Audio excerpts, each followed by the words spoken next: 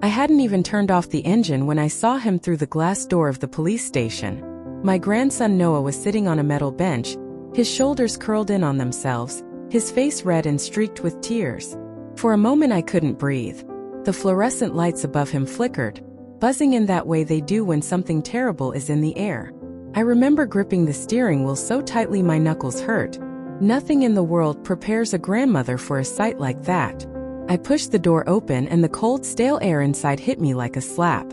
The room smelled of disinfectant and old coffee. A young officer at the counter lifted his head, ready to tell me whatever routine thing officers say at that hour. But the moment he saw my face, really saw me, his expression changed. His mouth opened just slightly, as if he'd realized something he wished he hadn't. "Mrs. Hayes?"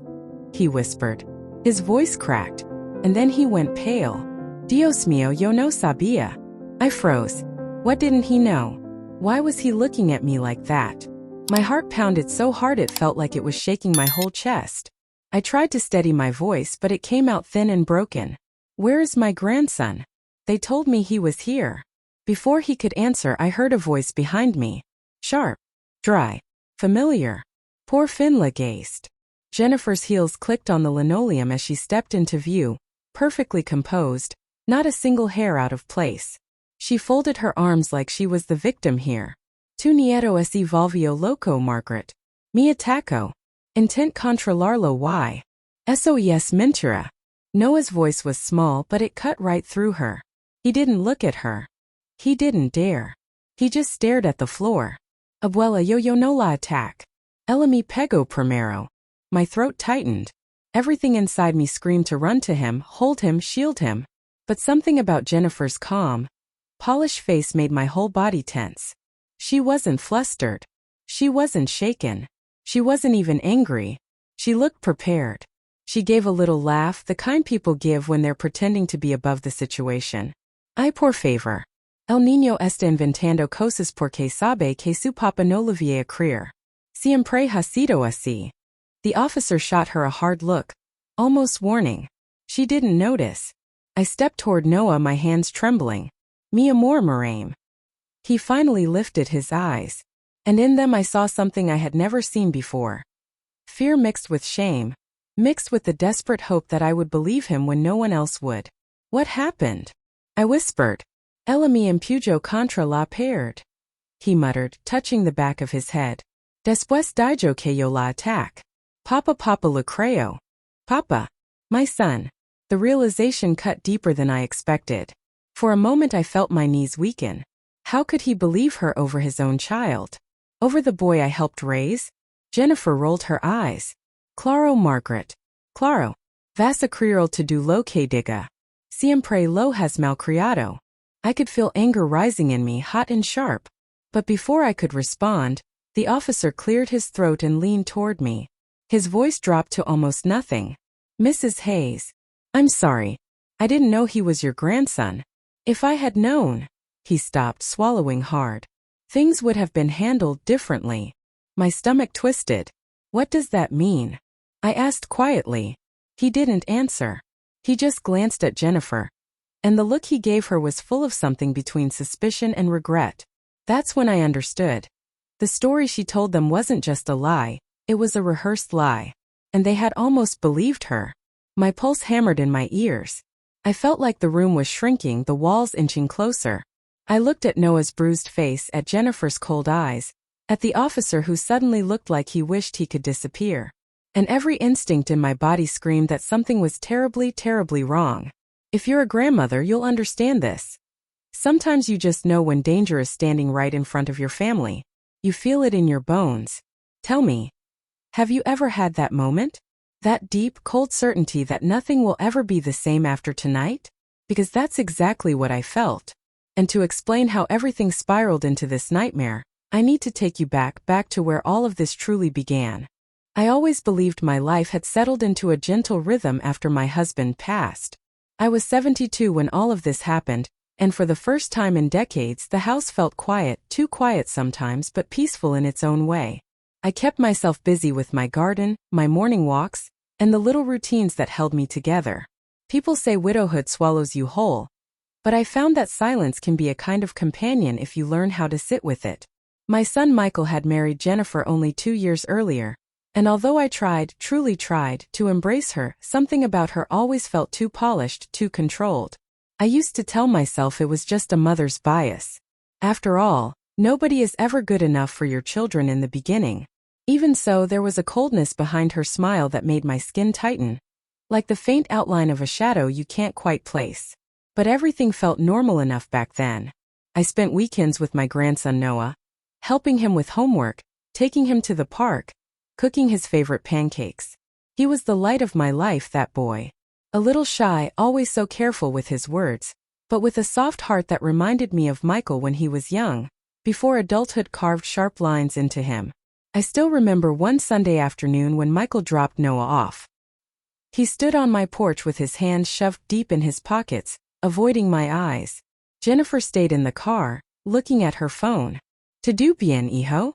I had asked, stepping aside so Noah could run inside. Michael gave a small laugh, the kind that isn't truly a laugh at all. "Sí, mama. Solo estamos cansados." But he wouldn't look at me, and that unsettled me more than anything. In those days I brushed off small signs like that. I didn't want to believe anything was wrong. I had already lost my husband. The idea of losing pieces of my son felt unbearable. So I convinced myself everything was fine. Families go through phases, I told myself. Stress. Work. Adjustment. It was nothing more than that. But small incidents began to pile up like crumbs, leading to a truth I wasn't ready to face. The first time, Noah came to my house with a small bruise on his wrist. Children fall, they bump into things, they roughhouse, none of it is unusual. But when I asked what happened, he froze. "An accident," he muttered, looking away. I remember kneeling in front of him, lifting his chin. "Mi amor, dime la verdad." But he just shook his head, forcing a smile that didn't reach his eyes. "Estoy bien, abuela. En serios." I wanted to press further, but Michael arrived at that moment, calling him sharply from the car. "Noah, vámonos ya." His voice had a tone I didn't recognize, clipped and impatient. Noah flinched. Not visibly, but enough for a grandmother to notice. Another time, Jennifer called me late in the evening. Her voice was smooth as always, but there was an edge beneath it. "Margaret, ¿podrías hablar con Noah? Está actuando raro. Muy sensible. Creo que necesita disciplina." I remember feeling a knot tighten in my stomach. "¿Qué pasó? Pues no sé. Tien estos ataques de llanto y cuando le pido algo como ayudarme en la casa ese pon dramático. Me dijo que quería ir contigo. A toda hora contigo." She laughed quietly. "Creo que te está manipulando." Manipulando. That word hit me like cold water. Noah had never manipulated anyone in his life. He didn't have that cunning in him. He was gentle, almost painfully so. But I didn't argue. Not then. I simply said I'd talk to him. Looking back, I hate how much I doubted myself. How much trust one gave to someone who hadn't earned it. Then came something I now know I should never have ignored. One afternoon, I stopped by Michael's house to drop off a homemade pie. I didn't call first, something I normally would do. But I'd been passing through the neighborhood. When I knocked, nobody answered. I turned to leave just as I heard it. Noah's voice muffled through the window. "No, por favor. You know." My blood ran cold. Before I could react, the front door opened and Jennifer stood there, smiling too brightly. "Oh, Margaret. Qué sorpresa." Her tone was syrupy, almost exaggerated. "Justo estábamos limpiando. Noah es tan dramático. ¿Verdad? Todo lo convierte en un espectáculo." I tried to look past her into the living room, but she shifted, blocking my view. Something in me wanted to push past her, grab Noah and run. But instead, I stood there like a fool, pie in hand, pretending not to sense the tension radiating from that home. A few minutes later, Michael appeared behind her. His face was tired, his shoulders slumped. "Mama, ahora no es un buen momento. Luego te llamo." "See?" I nodded, even though my heart squeezed painfully. As I walked back to my car, I felt a heaviness settle in my chest. A heaviness that whispered something is wrong. But denial is a powerful thing. I told myself I was reading too much into things. That grief makes you paranoid. That families argue, children cry, life gets messy. Then came the moment I could no longer ignore the truth. It was a Wednesday evening. I was reading on the sofa when my phone buzzed. A text from Noah. Abuela.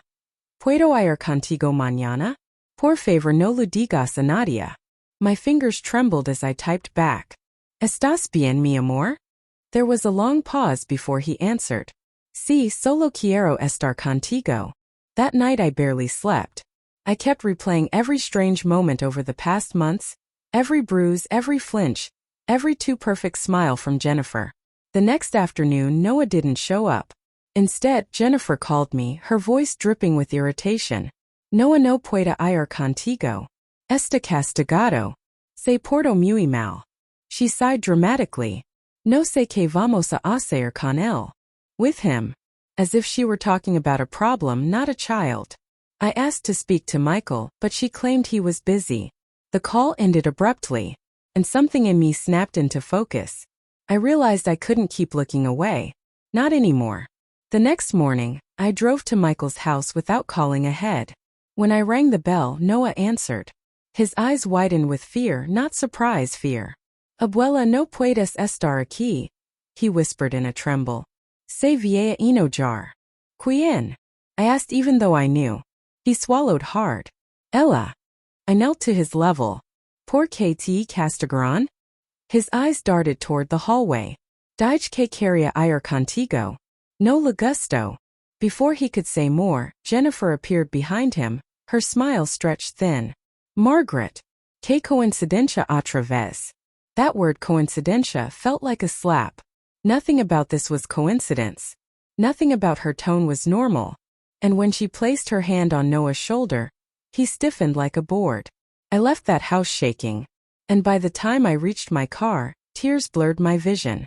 I knew then, truly knew, that something terrible was happening behind that door. And if I didn't act, if I didn't start paying attention, if I didn't fight, Noah would suffer. That night, as I lay awake staring at the ceiling, I made a promise to myself. I would watch. I would listen. I would look for every sign, every contradiction, every truth hidden between their words. And I would find out exactly what was happening to my grandson. That was the moment everything changed. I woke up the next morning with that familiar heaviness in my chest, the kind that tells you your instincts were right, and the world is about to reveal something you don't want to see. I sat on the edge of my bed for a long moment, staring at the pale morning light creeping through the curtains. My house was quiet, too quiet. And for the first time in years, the silence didn't comfort me, it warned me. All those little signs I'd pushed aside came crashing together in my mind. Noah's bruises, his frightened eyes, Jennifer's cold voice, Michael's distance. The way the house had felt that day, stiff and suffocating. I knew I couldn't pretend anymore. I had to start paying attention. Real attention. Even if it meant discovering something that would break my heart.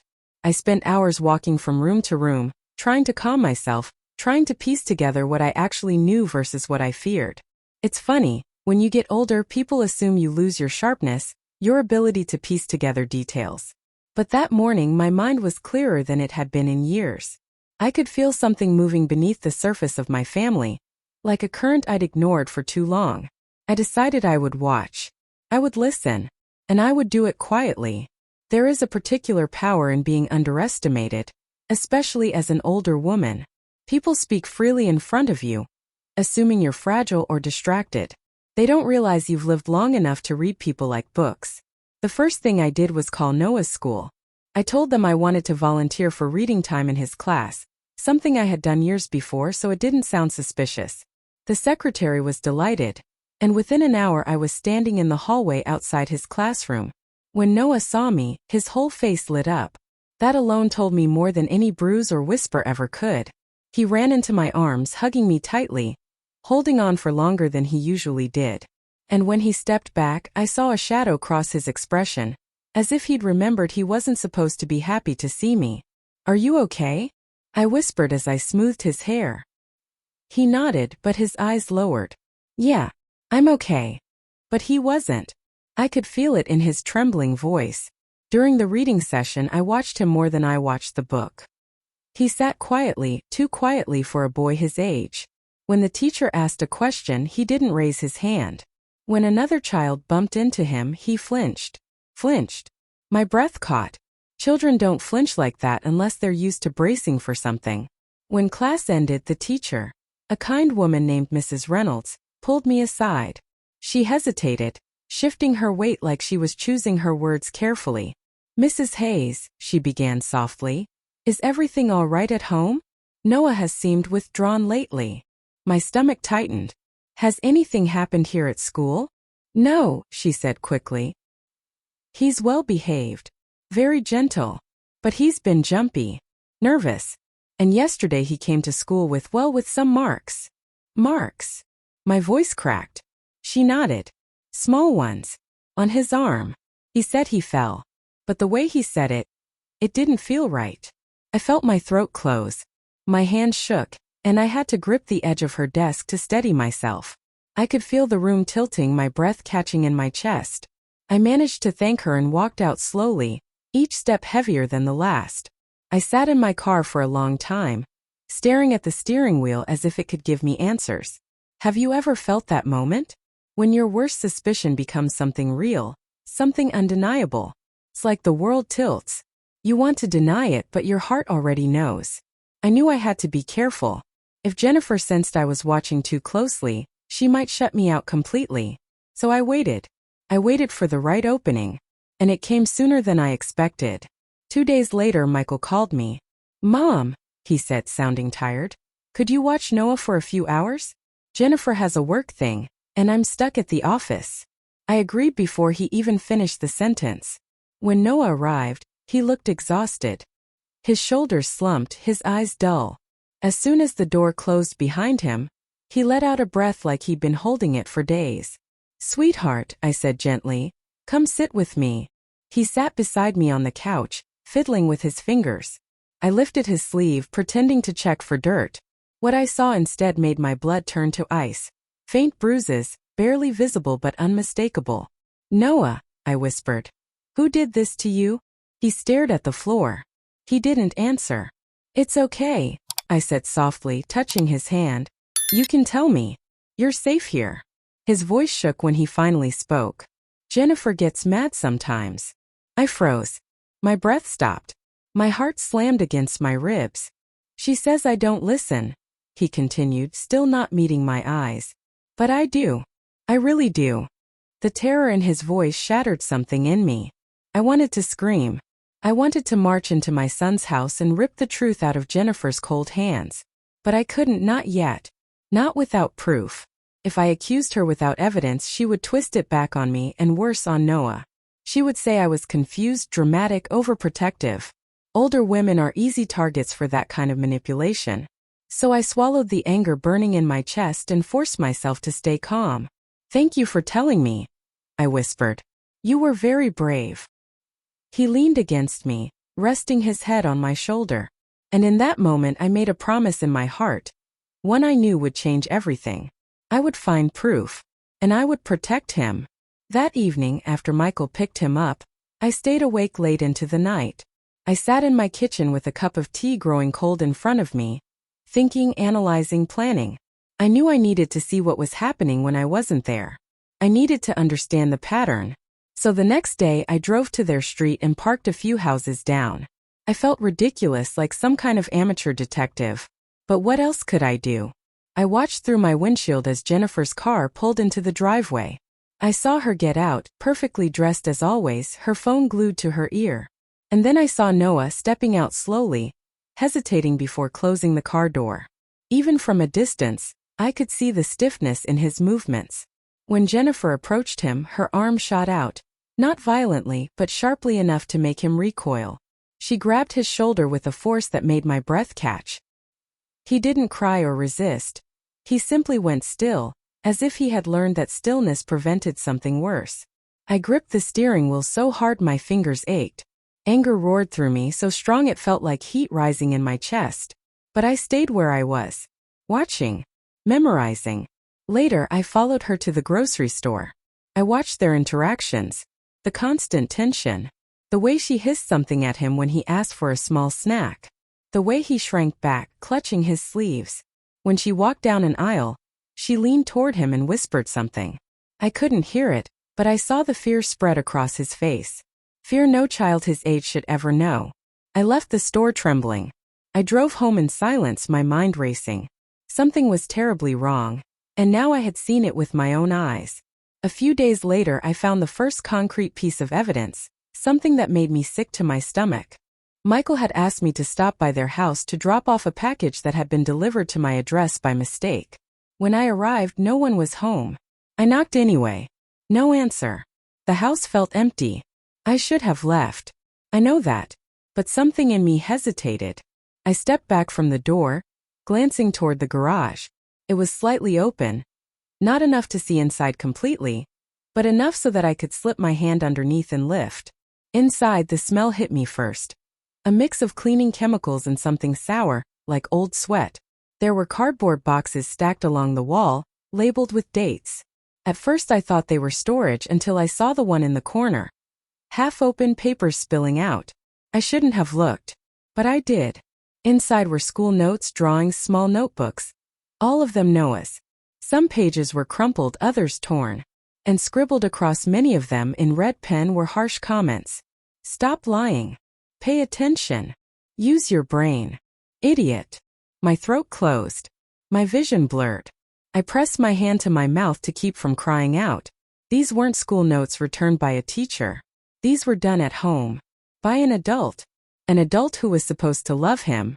I lifted one sheet. A drawing of a house with a sun and a stick figure family. Someone had drawn a huge X over one of the figures. A child figure. The sight made my knees buckle. Before I could gather my thoughts, I heard a sound behind me. The garage door creaking slightly. I panicked, shoved the papers back into the box, closed the lid, and slipped out as quietly as I could. I sat in my car, shaking uncontrollably. I had just seen something that changed everything. Something undeniable. Something that proved abuse was happening inside that house. Not bruises from falling, not scratches from play, not accidents, but deliberate harm. Emotional, maybe physical. And repeated. You might be thinking, Margaret, why didn't you go straight to the police right then? Believe me, I ask myself that too. But here's the truth. Without proper evidence, without context, without understanding the full picture, I knew Jennifer would twist the story. She always did. And Michael, my son, was already under her spell. If I confronted them too soon, she would punish Noah. And that possibility terrified me more than anything. In the days that followed, I collected small details. Patterns. I noticed how phone calls from Michael became shorter. How Jennifer always answered first. How Noah's voice sounded more fragile each time I spoke to him. I started recording conversations, not illegally, but noting phrases, writing down things he said, things she said, inconsistencies in their stories.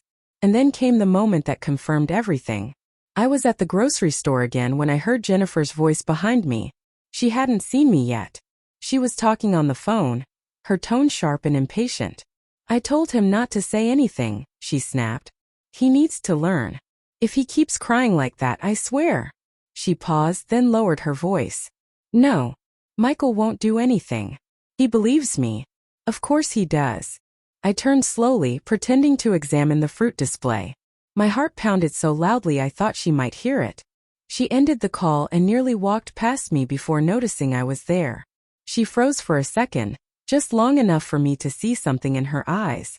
Annoyance. Fear. Calculation. Margaret, she said, forcing a smile. What a surprise. I smiled back, but I'm sure it didn't reach my eyes. Jennifer. How's Noah? Her jaw tightened almost imperceptibly. He's fine. But her eyes darted. Just for a moment. Enough for me to see a crack in her facade. That night I knew. Absolutely knew. And I also realized that what I had seen so far was only the surface. There was more. A lot more.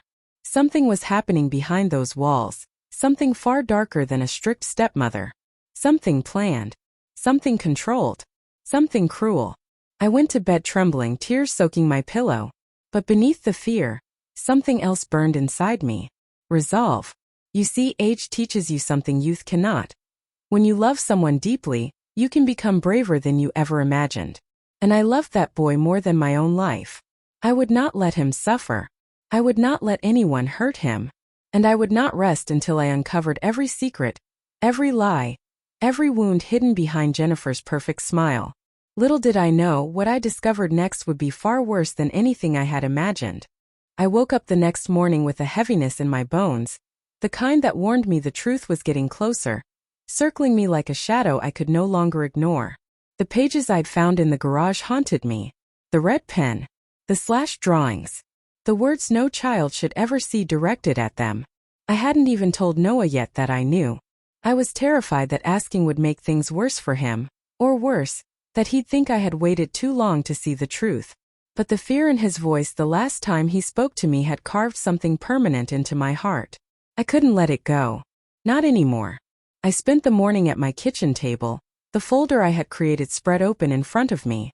Slowly, methodically, I began to gather everything I had. Notes, recordings of suspicious phone calls, descriptions of bruises, dates, times, behaviors. The pages filled up quickly. Too quickly.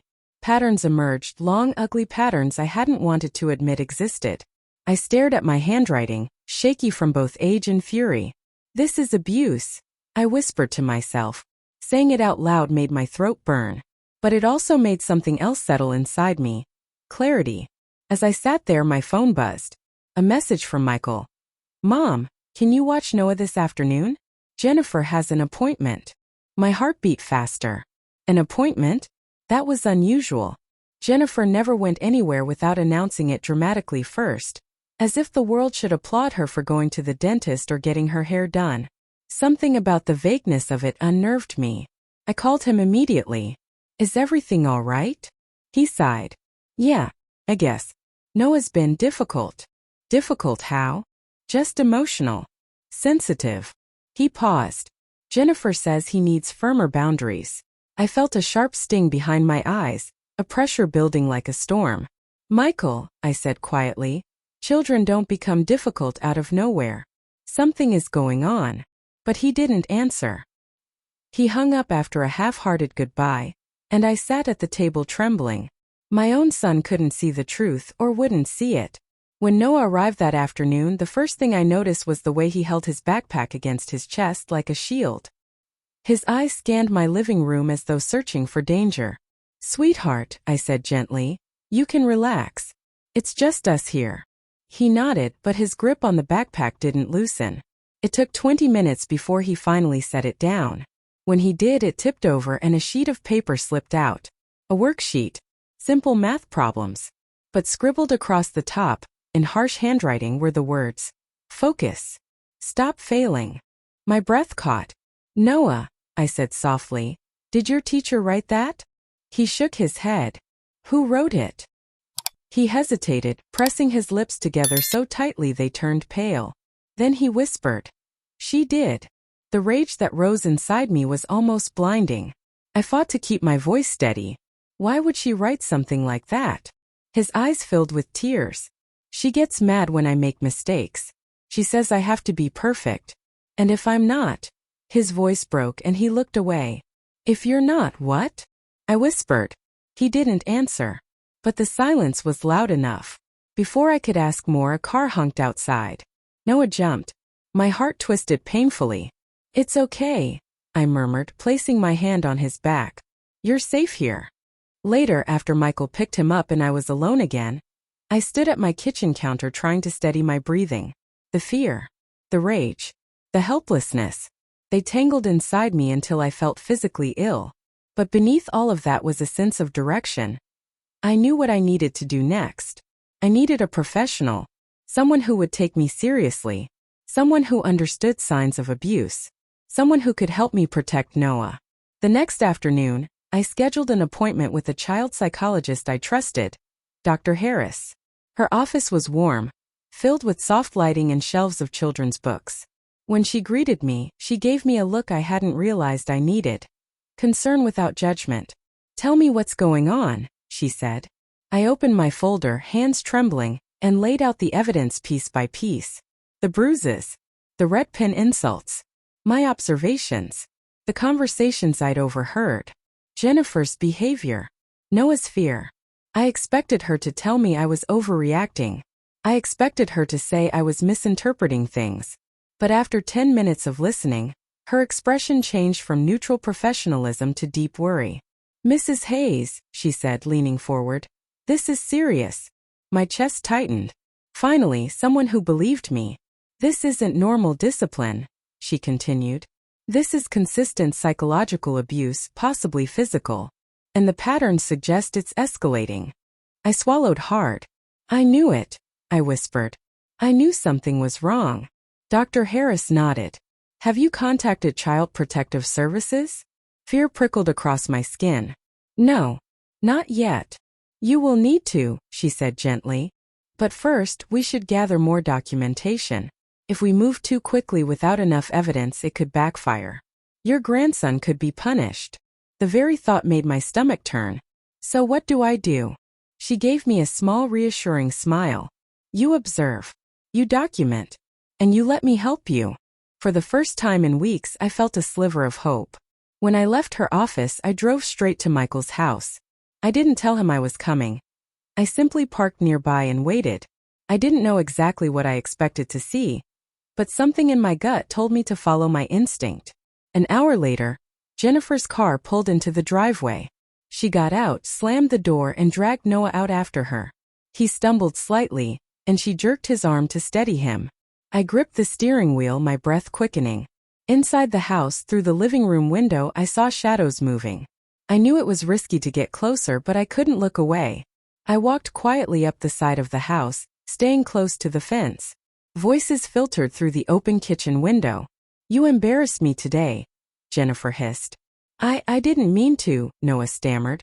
"You never mean to," she spat. "You're always ruining things." I pressed my hand to my mouth. Tears burned behind my eyes. Then Michael's voice entered the mix, low, weary. "Jennifer, calm down." "Calm down?" "No, you didn't see how he acted. He made a scene." Michael sighed. "He's a kid." "No," she snapped. "He's manipulative. He does this on purpose." The lie was so sharp, so vicious, it made my entire body tense. Michael didn't answer. I could hear him moving, pacing maybe. "We need to be patient with him." "He needs consequences," Jennifer insisted. "Firm ones." My stomach twisted violently. What did consequences mean in that house? What had it meant already? I forced myself to step away before they saw me. My heart hammered as I hurried back to my car. As I drove home, something inside me hardened. I was done being quiet. The next morning, I started digging deeper. I requested school reports. I talked to neighbors carefully, without revealing too much. One neighbor mentioned hearing yelling some evenings. Another mentioned seeing Noah outside alone, sitting on the porch steps, looking devastated.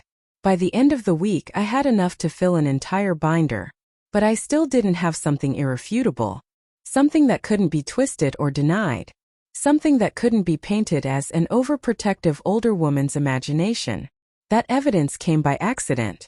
I was sitting in my living room when my phone buzzed. A message from an unknown number. It was a video. My hand shook as I pressed play. The video was blurry, clearly taken from behind a slightly cracked door. In it, Noah sat at the kitchen table, shoulders trembling. Jennifer towered over him, her voice sharp and ice-cold.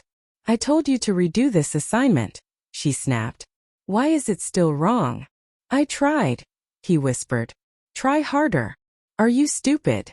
My breath caught. My heart pounded so loudly I could barely hear the video. Noah flinched as she slammed her hand on the table. I'm sorry." "You're always sorry," she snarled. "You think sorry fixes anything? You think tears fix anything?" He cried silently, shoulders shaking. Then she grabbed his wrist hard. He whimpered. The video ended abruptly. I dropped my phone. My knees gave out and I sank to the floor, pressing my hands to my mouth to keep from screaming. Who filmed this? How did they get my number? My mind raced, trying to piece it together. Maybe a neighbor. Maybe a friend of Michael's. Maybe someone who had seen too much and didn't know what to do. It didn't matter. I had the proof I needed. I called Dr. Harris immediately. I could barely speak. "Bring everything to me," she said. "All of it. Now." I drove to her office with the binder clutched to my chest, my hands shaking the entire time. She watched the video once, then closed her eyes for a long moment. "This is enough," she finally said. "We can act now." But acting meant risk. Acting meant confrontation. Acting meant exposing everything. Not just Jennifer's cruelty, but Michael's failure to protect his own son. "Are you ready for this?" Dr. Harris asked gently. I swallowed hard. "Yes." She called Child Protective Services while I sat across from her, hands trembling in my lap. She presented the case calmly and professionally. I listened in silence, feeling like I was sitting outside my own body. When she hung up, she touched my hand. "They will investigate within 48 hours. Will they talk to Noah?" I whispered. "Yes. And to his father. And to Jennifer. And to you." Fear crept into my chest, but beneath it, something stronger pulsed. Determination. I went home and sat on my couch, staring at the window. I thought about the cold open I had experienced at that police station. The officer's face. His whisper. His regret. And the way Jennifer had tried to twist the truth even while Noah trembled beside her. This was bigger than bruises and red pen. This was a systematic attempt to control, break, and silence a child. And worse, she had manipulated my son so deeply that he couldn't see any of it. 2 days later, everything exploded. CPS arrived at Michael's house while Noah was home. That evening, I received a frantic call from my son. "Mom," he said breathlessly, "why is CPS here? They're asking questions. Did you do something?" I took a deep breath. "Michael, listen to me." "No. Why did you get involved?" he shouted. "You're making things worse." "Michael," I said firmly, "your son is in danger." Silence. Then he said something that broke me. "Jennifer told me you were overreacting. That you were confused. That you're not the same lately." The words cut through me like a blade. "Do you really believe that?" I whispered. He hesitated. I don't know." And there it was, the truth I had been avoiding. Jennifer hadn't just been abusing Noah. She had been manipulating Michael. Twisting him. Turning him against me. Against his own child. In that moment I realized how deep this went. How much darker it was. How much more I would have to fight. But I wasn't backing down. Not now. Not ever. And what happened next, what I uncovered next, would change everything. The night after CPS showed up at Michael's house, I barely slept. I lay awake staring at the ceiling, listening to the wind push softly against the windows. Every sound felt louder than it should have. Every shadow seemed to move. It was the kind of night when the world holds its breath, waiting for something to break. I kept replaying Michael's voice in my head. That mixture of confusion, fear, and denial. I had never heard him sound so lost. It terrified me, because I knew denial could make people blind enough to ignore the truth staring them in the face. I got out of bed before the sun rose and sat in the living room with a blanket around my shoulders. The sky was turning a pale blue. I watched as the world slowly brightened, as though daylight could make reality easier to face. It didn't. At 8 in the morning my phone buzzed. I hesitated before answering. "Hello." "It's me," Michael said. His voice was low, hoarse. We need to talk." My heart thumped painfully. "What happened?" "They questioned us." He paused. "Noah too." My fingers tightened around the phone. "How did he? Did he say anything?" There was silence. A long silence. Then in a voice that sounded like it was breaking apart, Michael said, "Yes." The world seemed to tilt around me.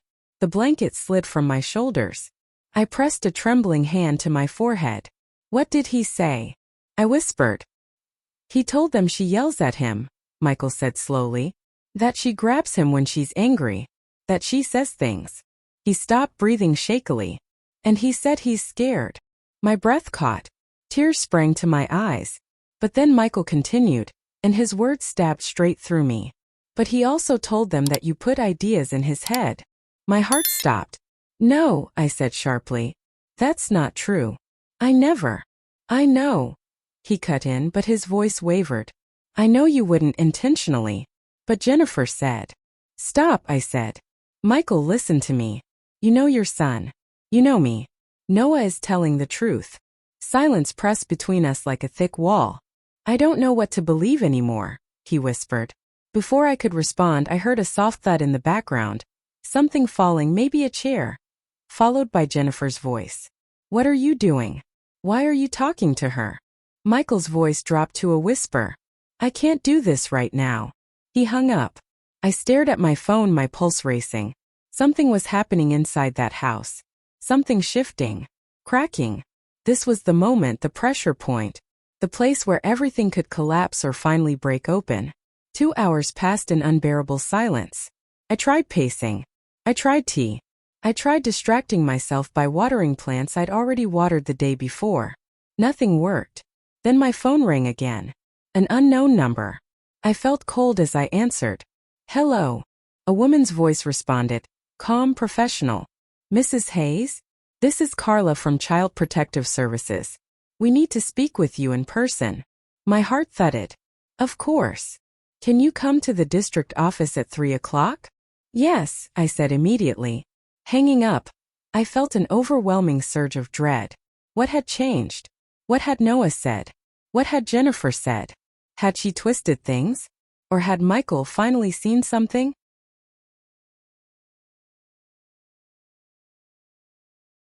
The hours crawled by until finally, I drove to the CPS office. My hands trembled on the steering wheel. When I walked inside, the air felt heavy, sterile, as if it were holding the weight of too many stories like mine. A woman approached, mid-40s, neatly dressed, steady eyes. Mrs. Hayes? I'm Carla. We sat in a small room with beige walls and a table too clean to be comforting. Carla folded her hands. Thank you for coming. Of course, I whispered. I'm going to be direct, she said. We interviewed Noah this morning. I swallowed, my pulse quickening. He told us more than we expected. A tremor passed through me. More. She nodded. He told us about the yelling, the insults, the grabbing, but he also told us something else. I leaned forward, unable to breathe.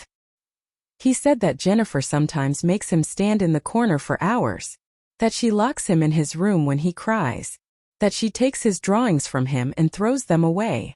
I felt sick. Deep, wrenching nausea twisted my stomach. Oh God. And, she continued gently, he said his father doesn't stop it. My breath shattered. No, I whispered. He must be scared. Confused. Michael wouldn't. Carla shook her head. He didn't say Michael hurt him, but he said his father looks the other way.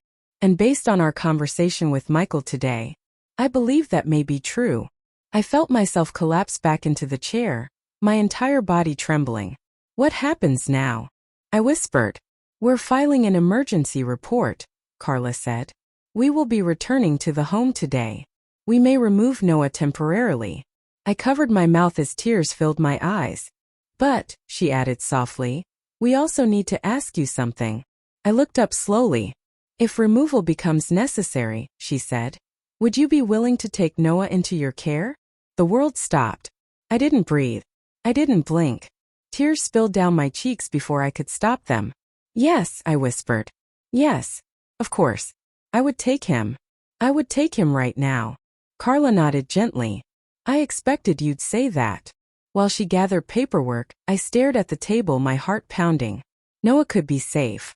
He could be with me. Away from Jennifer. Away from fear. But something in Carla's expression told me we weren't done. There was more. Mrs. Hayes, she said softly. Yes. She paused, choosing her words carefully. We also need to ask about something Noah said regarding you. My heart jumped. Me.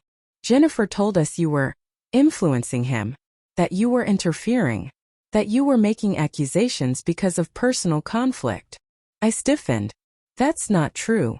Carla nodded. We know. His story contradicts hers. But that's not what I'm referring to. A chill crept up my spine. Then what? Noah said something last week. He said he told you he was scared, and that you told him not to say anything until you had proof. I felt time freeze. I remembered the day he had whispered he was scared. I remembered choosing my words carefully, terrified of making things worse. I had said, for now, don't talk about it with her, okay? Let me look into it first. I hadn't meant it as secrecy. I had meant protection. But in the mouth of a frightened child, the phrase shifted. Carla leaned toward me, her voice gentle. Mrs. Hayes, did you tell him to keep quiet? My throat tightened painfully. I told him to be safe. That's all. I didn't want Jennifer punishing him if she found out he had talked to me. I understand, she said softly. But you have to understand how this looks to us. You told him to keep something from his guardians. Even if your intentions were good. Tears blurred my vision. Are you saying I did something wrong? No, she said firmly. But the situation is fragile. And Jennifer is already using this to claim you're manipulating him. I closed my eyes, my heart pounding with panic. Please, you have to believe me. I do, she said calmly. We all do. Even our psychologist believes you. A breath I didn't know I was holding escaped my chest. But, she added, this means we need to tread carefully. Jennifer is preparing to fight. She may try to make you the villain. The room spun slightly. Fight. Of course she would fight. She was cornered now. And people like her always fought hardest when the truth threatened to expose them. What should I do? I whispered. Carla stood, gathering her papers. Be ready. We're going to the house in an hour. You may get a call soon. I left the CPS office feeling like I had stepped into a storm. The air was heavy, electric, as if the whole world were holding its breath. As I drove home, my phone buzzed again. A message from Michael. Mom, please come to the house. Now. My heart dropped into my stomach. I turned the car around immediately. When I arrived at the house, the driveway was full. CPS. A police cruiser. Michael's car. Jennifer's. I got out of the car with shaking legs. The front door was open. Voices echoed from inside, raised, sharp, frantic. I stepped into the living room slowly. Jennifer stood near the stairs, her face red, her eyes wild. This is insane, she shouted. You can't take him. He's lying. He's manipulated. Michael stood in the middle of the room, pale and trembling, torn between disbelief and awakening horror. Stop yelling, he whispered. You're making it worse. A CPS worker stood beside Noah. Noah. My breath broke. He stood with his small backpack clutched to his chest, tears streaming down his face, staring up at the adults who were supposed to protect him. When he saw me, he gasped. Grandma, he whispered. I knelt and opened my arms without thinking. He ran into them. His body shook against mine. I held him tightly, whispering, It's okay. It's okay. You're safe. Jennifer screamed something incoherent behind us. Police officers stepped in. CPS intervened. The world around us blurred. And in that moment, holding Noah as he sobbed into my shoulder, I realized something with brutal clarity. Everything was about to change. This was the turning point. And nothing would ever be the same again.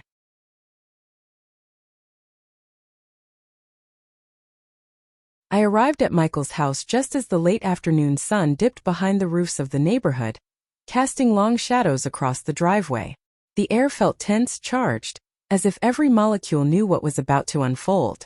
The CPS cars were already there, parked crookedly as though no one had cared enough to line them up. A police cruiser sat at the curb, its lights off but its presence heavy. I stepped out of my car with a strange clarity, like I had crossed a threshold and could not go back. My hands trembled as I walked toward the house, but my steps were steady. Determination carried me. Voices spilled out from the open door. Muffled, urgent, overlapping. I could make out Jennifer's sharp tone, Michael's strained confusion, and CPS's careful, measured phrases trying to untangle a situation that had knotted itself beyond recognition. When I stepped inside, everything seemed to freeze for a moment. Jennifer was standing near the base of the stairs, her arms crossed too tightly, her face stiff. CPS workers stood facing her, clipboards in hand. Michael hovered between them, torn and exhausted, like a man drowning in two oceans at once. And Noah was sitting on the couch, his small backpack in his lap, his knees drawn to his chest. His face was tear-streaked, his eyes red and swollen. The moment he looked up and saw me, something inside me shattered and rebuilt itself all at once. Grandma, he whispered. I crossed the room and knelt in front of him. His little fingers clutched mine with such force it hurt. I'm here, I whispered. I'm right here. Behind us, Jennifer cleared her throat lightly. Not dramatic, not angry, but controlled, almost calculated. I think it's time someone explained what's happening, she said, her tone cool and polished. One of the CPS workers, Carla, turned to her. "We're already in the process of that, ma'am." "No," Jennifer said softly. "I mean someone rational." The chill in her voice was subtle, but unmistakable. It wasn't the explosive fury I had expected. It was worse. It was calm. The room stiffened. Michael rubbed his forehead. "Jennifer, please." "Not now." She didn't look at him. Instead, her eyes slid to me, slow, composed, dissecting.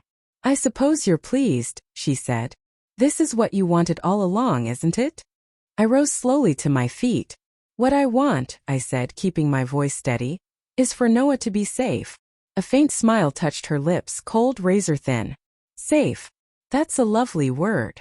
She looked toward the CPS workers. "You see how she talks about him as if I'm the threat? It's almost impressive, honestly. Her ability to twist everything." Carla stepped forward. "We're not basing our actions on anyone's ability to twist anything. We're basing them on evidence." "Evidence," Jennifer repeated quietly. "Yes. A child's drawings. A few bruises. Convenient tears and stories. And an elderly woman with far too much time to meddle." Michael stiffened. "Jennifer." She held up a hand. Not to silence him violently. Calmly. Deliberately. "No, Michael. Let's not pretend this wasn't inevitable. I tried to warn you." I felt the tension in the room coil tighter. "What did you warn him about?" Carla asked. Jennifer's eyes flicked to Carla. "His mother," she answered simply. My breath hitched. She said it without venom, without heat, just a statement, as if she were pointing out the weather. For the first time, I understood the depth of her manipulation. Carla didn't react emotionally. She just flipped a page on her clipboard. "We're here because of the testimony we received from your stepson." Jennifer let out a soft exhale, almost a laugh, but too controlled to be one. "Children lie. Not usually about things like this." Jennifer tilted her head, studying Carla with something close to curiosity. "You're underestimating him. And underestimating her influence." Michael's jaw clenched. "Jennifer, please stop." She turned her gaze to him, her expression softening into something that would have fooled anyone who didn't know better. "I am trying to protect you," she said gently. "Noah is confused. Frightened. He needs structure, not coddling. He needs someone strong enough to guide him." "Guide him," I repeated, my voice trembling now with anger. "Is that what you call it?" "Consistency," she said smoothly. "Boundaries. Locking him in his room?" I shot back. "Throwing away his drawings? Calling him names?"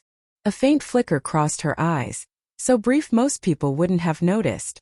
But I had seen enough darkness to recognize the crack. "I disciplined him," she said. "Children need discipline." Carla stepped closer. "Discipline does not include verbal degradation, or isolation, or physical intimidation."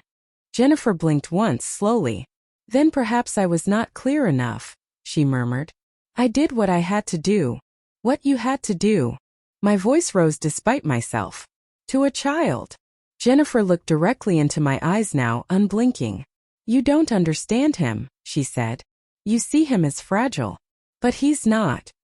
He's manipulative." Noah flinched.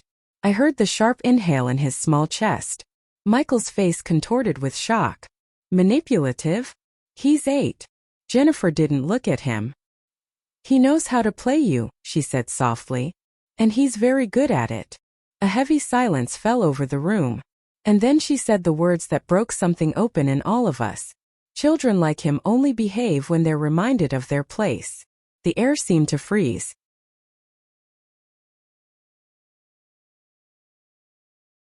Carla straightened. The officer in the corner stepped forward. Michael's face drained of color. I felt my breath leave my body. "Reminded of their place?" I whispered. "He's not an animal, Jennifer. He's your stepson." She blinked again, slowly.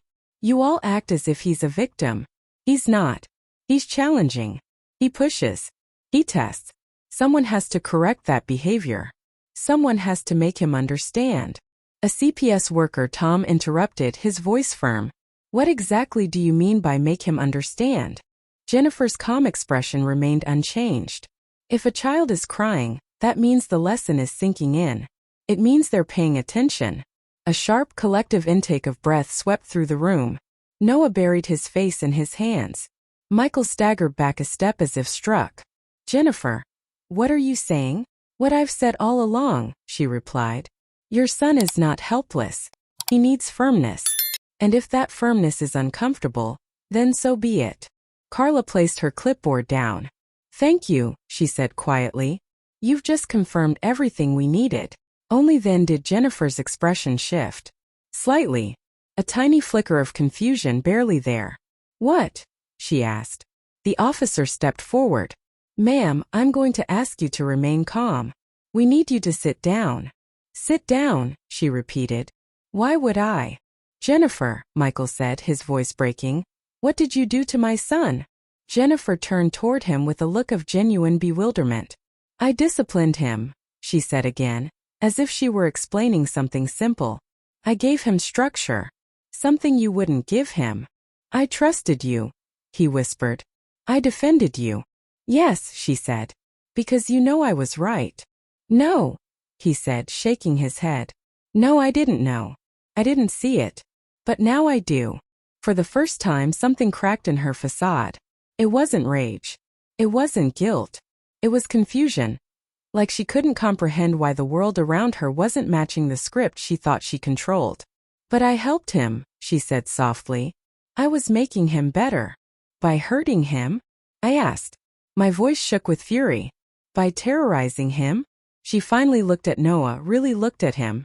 He curled into the couch, shrinking from her gaze. Jennifer blinked hard.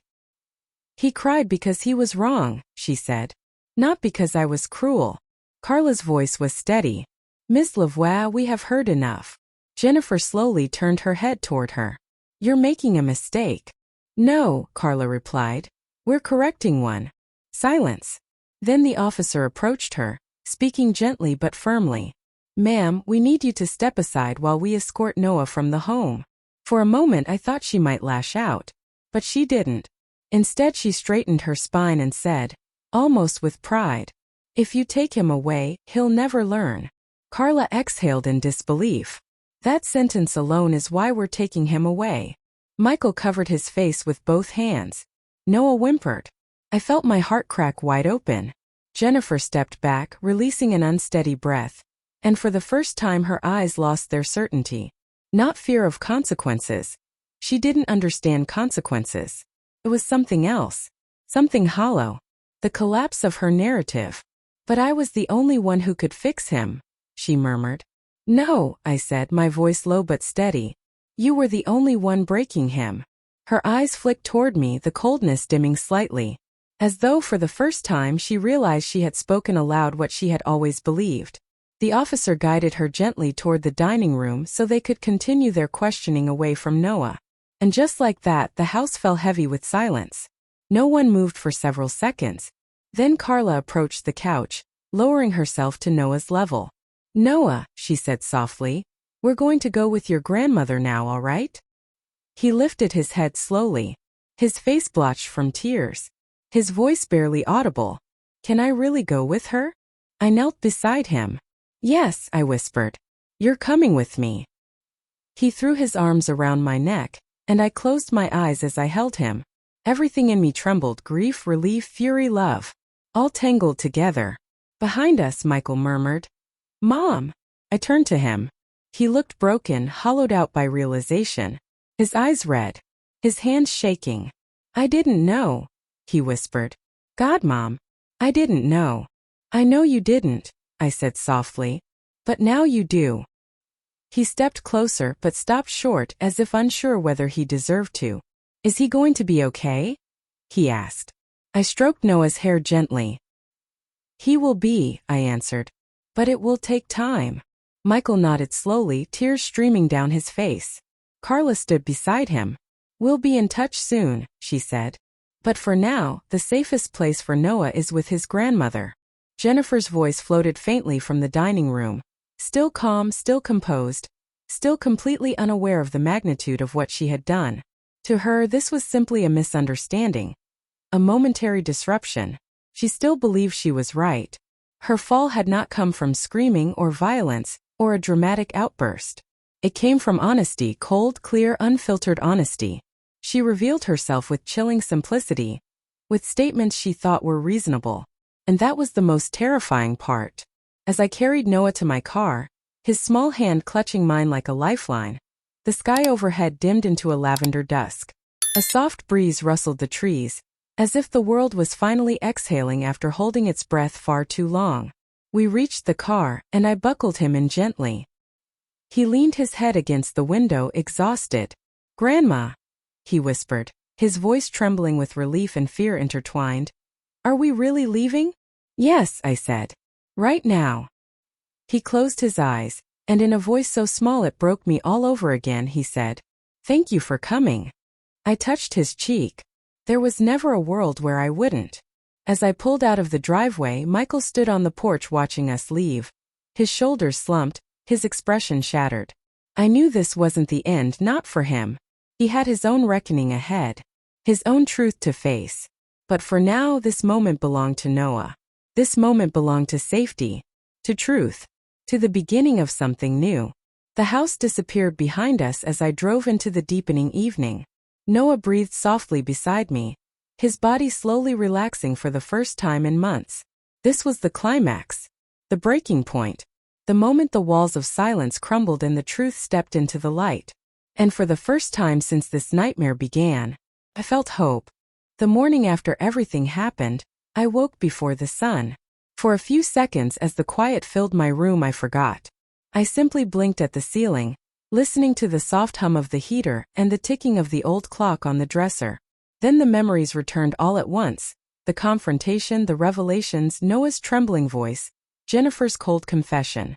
I sat up slowly, letting the weight of the previous day settle into my bones. My heart felt heavy, but not in the same suffocating way as before. This weight was different, softer, more certain. There was grief in it, yes, but there was also relief. A soft sound drifted from the hallway. I stood and walked toward it. Noah's bedroom door was slightly open.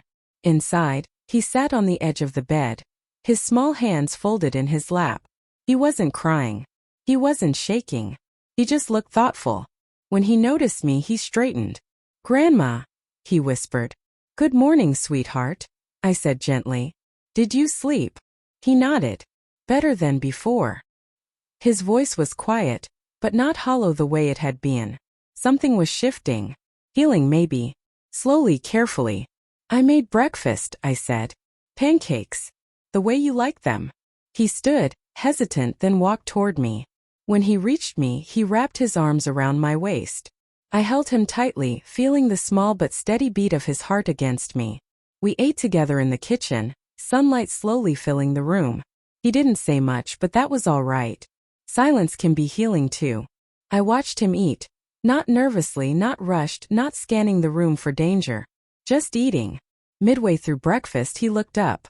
"Is she going to come here?" he asked softly. My own breath caught. "No," I said firmly. "She's not allowed to. And she won't." He studied my face carefully, as though searching for any sign of uncertainty.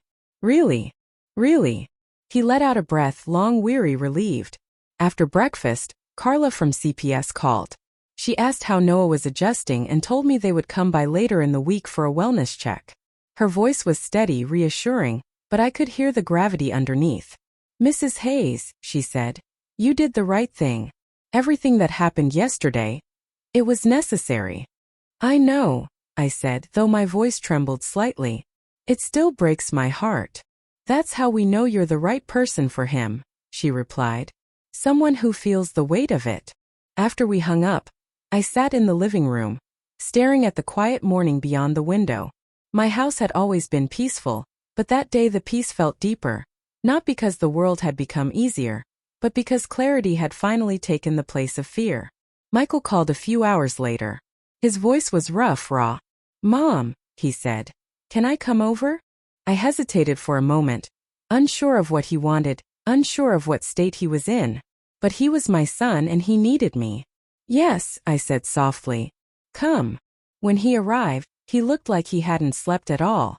His eyes were swollen, his shoulders slumped.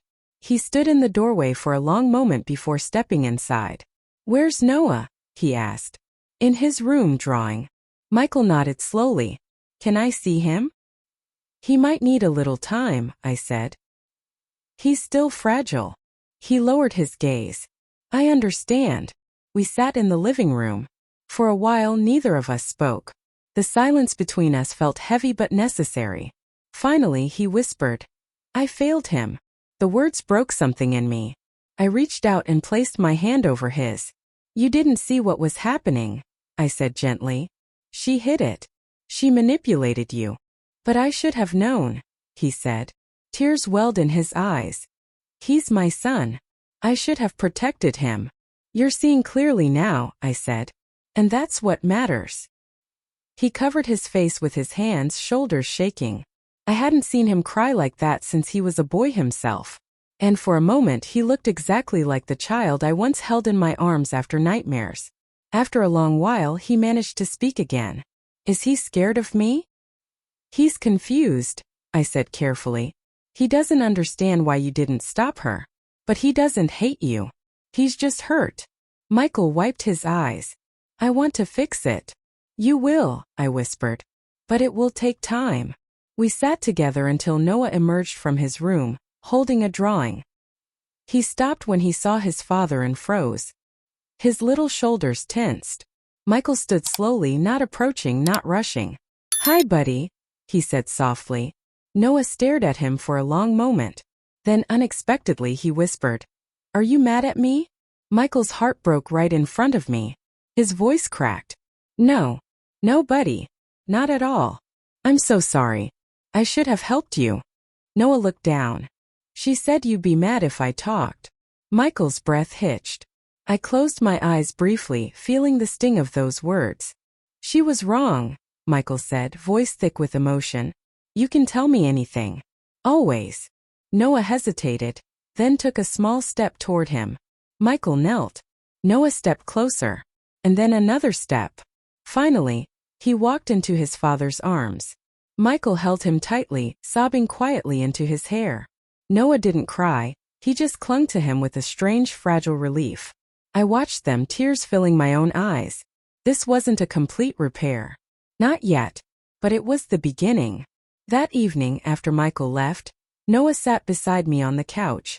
We watched a movie he chose, something animated, something soft. Halfway through, he rested his head on my shoulder. Grandma, he murmured. Yes, sweetheart. Do I have to go back there? The question hurt. Deeply. No, I said, stroking his hair. Not unless the people helping us decide it's safe. And I promise you, no one is going to put you somewhere unsafe again. He nodded slowly. A few minutes later he added in a small voice, I like living here. I smiled, tears burning behind my eyes. I like having you here. When he finally fell asleep curled against me, I carried him to his room and tucked him in. I stood there for a long moment, watching the rise and fall of his breath. His face looked younger in sleep, as if the weight he carried loosened its grip. I whispered softly, You're home now. Over the next days, the house began to feel fuller. Noah helped me water the plants, fed the birds outside, drew pictures he didn't fear losing. I watched him rediscover small joys, step by delicate step. Michael visited every afternoon. Sometimes Noah hugged him. Sometimes he stayed quiet. Both were allowed. Both were progress. As for Jennifer, legal processes had begun. Restraining orders. Psychological evaluations. CPS investigations. Her calm cruelty would no longer be hidden behind closed doors. And Michael, for the first time, saw her clearly. The spell was broken. One evening, after Noah had gone to bed, Michael and I sat on the back porch. I'm going to fight for him, he said quietly. I'm going to get better. Therapy, parenting classes, whatever I have to do. I know you will, I said. He looked at me, eyes red. Thank you for saving my son. I touched his hand. Thank you for seeing the truth. The night air was cool, the cicadas humming softly. For the first time in months I felt something lift inside me. Grief, fear, turmoil, all still present but softened by hope. The next morning I woke to the smell of toast. Noah was in the kitchen wearing an apron far too big for him, pressing buttons on the toaster with exaggerated concentration. When he saw me he grinned. a real grin bright unburdened. "I made breakfast," he announced proudly. I smiled, watching him move around the kitchen like he belonged. Because he did. "Thank you, sweetheart," I said. He came over and hugged me. "Grandma," he whispered. "I don't have nightmares here." My eyes filled. "I'm glad," I whispered. "You're safe now." And as I held him in that quiet kitchen, sunlight pouring through the window, I realized something profound. The story had broken us, but the healing was beginning. And for the first time since everything began, we were no longer afraid.